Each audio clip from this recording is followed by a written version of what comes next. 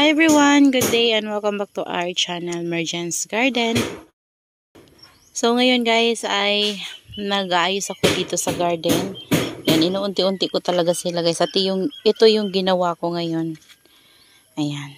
So ito, tinanggal ko yung mga tanim dito at nilagyan ko sila ng puro Mendoza and Marinee. So ito, mga Marinee siya guys.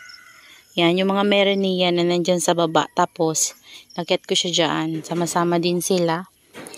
Yan, hindi nga lang kagandahan kasi yung mga Marinee ang liliit guys ng stem. So, ayan, ginawa ko.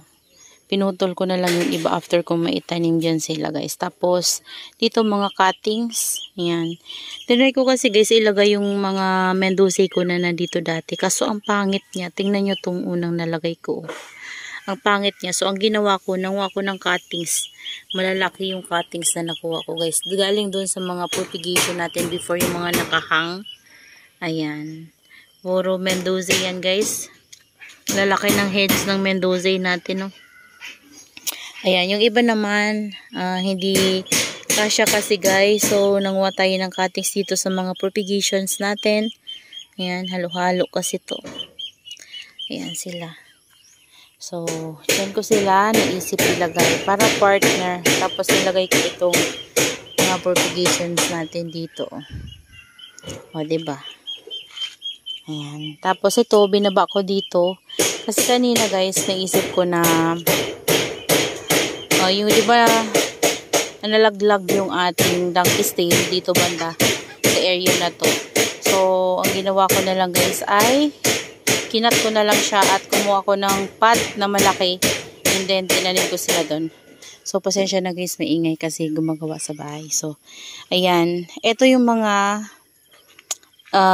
napakita ko sa inyo na ginawa ko. Ayan, kinuha ko ulit yung nilagay ko dyan na iba. Tapos, yung old natin, ayan, yung nalaglag natin na yan guys, ay pinugutan ko rin. Ayan, para sabay-sabay na lang sila guys, lalaki. And, ito na yung nagawa natin. Ayan, tingnan nyo guys. Pati yung dito, pinugot ko na guys. Kasi, hindi kasya dito. Ayan, I mean, kulang. Kulang yung ano. Gusto ko kasi lash na lash. So, kinat ko yung dito niya.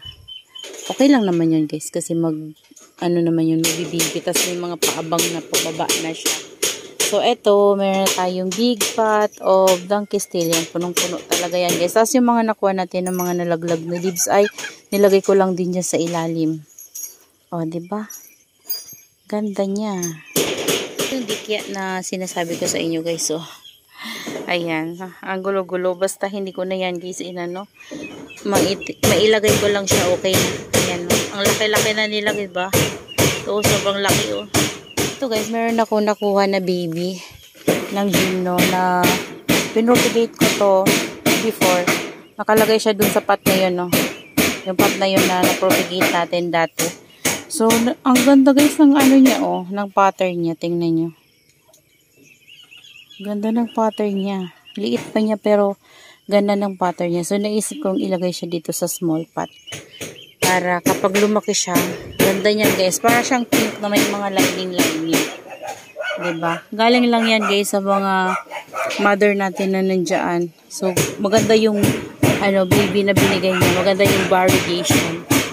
Ayan, yung mga hanging planter natin. Ayan. So, yun lang naman guys yung nagawa ko kanina. Ayan, hindi pa ako nakakapagwalis.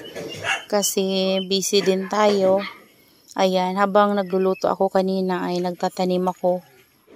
Nung ano natin guys, yung mga halaman na yun na binunot natin galing doon sa prosperity pot. So, ayan. So, that's all for today's video guys. And I hope you enjoy watching and see you on my next vlog. Happy gardening everyone. Pasensya na kayo guys, maingay. Bye-bye.